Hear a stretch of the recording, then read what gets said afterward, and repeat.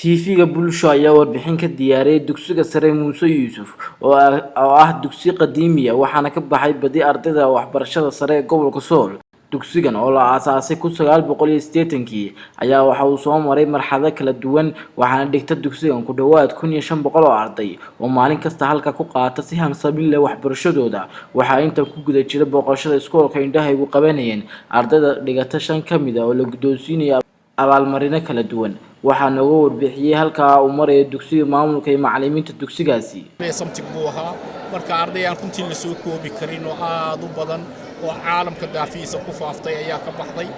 aadna muhiim u ah marka numbarka tirada iskuulka soo dhigatay waa tiraan imika la soo koobi karin dawad qiyaas karaysa 17 loo wadka 17aad buu maraya kuwii ugu horeeyay baa ugu yaraayo 56 bay ay 56 arday ayay ahaayeen intii kale 100 iyo something bay ahaayeen walba ay hadeer marayaan 300 iyo dheeraad lodkii baxaaba uu hadda yahay marka ma sha Allah iskuulku waa iskuul weyn waa iskuulkii gobolka dhawaan baa iskuulada kale la furay laakiin waa iskuulkii gobolka number aad u tiro badan baa ka baxay oo aad u badan caalamkana ku faafay meel kastana way joogaan ardaydii Muuse Yuusuf ka baxday ma sha Allah macallin imisa galaas buu ka kooban yahay iskoolku hadeer dhisma ahaan wuxuu hadda ka kooban yahay 17 kalaas uu ka kooban yahay dhisma ahaan haddii la idin weydiiyo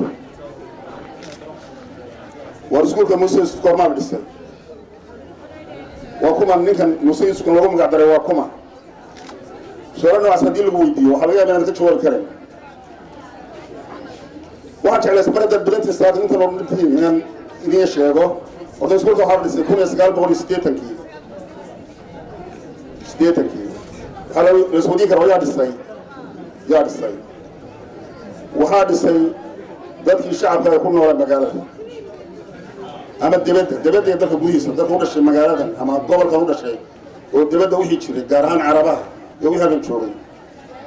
ورمي ورمي الرمينا دوغات تاني فقط ومحاك اللي فيه بالسعودية ترى الشعب محاك اللي في السعودية ولا متشري وحاك اللي فيه ودي شيء جاي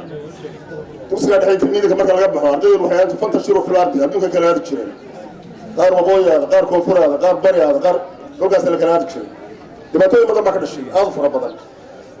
تدري وحكرت في مركز شوي راهم نحس بدل كود واحد انتين ما هم ملانا بدل كود واحد انتين تدري مركز شوي ترينا يوس ديتمات كي وجو بس ديتمات كبلو بيسمع تضوات هي سجارة النرحس أي واحد هذا سدين معروف تنتشر سوي بعدين مقدسه واسين معروف أنا ما أعرف يقول اسمه دوسر runtii khayr Allah siiyo wixii jannada Allah ka waraabiyo wixii nool Allah Ilaahay xafido waxa weeye guddi saddex nin loo saaray waxa ka ogaa Muuse Yuusuf Allah yarxamo Muuse Yuusuf taada ku qoran baan number 1 ka ahaa daawurkeena quruxda badan isuna ama saaka oo sabti ah marka daawurkeena wuxuu daaran yahay ama ku hore kaga duwan yahay waxa weeyaan marka uu dhamaado hal teeranba waxaanu sameyn jirnay inuu isugu nimaadno waxa la yiraahdo hal kulan oo aynu ka abaal marino ardada ugu sareysa iskuulka ama kaalmaha sare ka gaaraysa sidoo kalena waxaa dareenkooda waxbarasho wax ka weydiinay ardayda dhigata dugsiga sare Muuse Yuusuf hadii aan ku bilaabo waxa la yiraahdaa Cabdinuur Axmed Ibrahim aan muddo dheer soo waday iskuulka Muuse Yuusuf Secondary School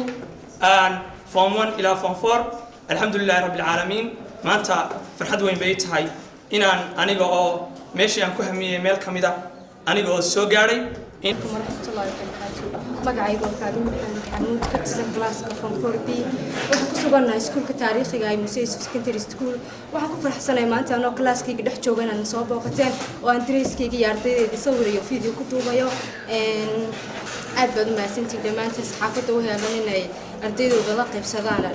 dadkooda la qaybsadaan farxadooda dugsiga sare Muuse Yuusuf ayaa ka mid ah dugsiyada ugu faca weyn dhulka Soomaalidu degto waxaana iminka ka baxay dufcadii 18aad oo arday gaaraysa ilaa 350 arday.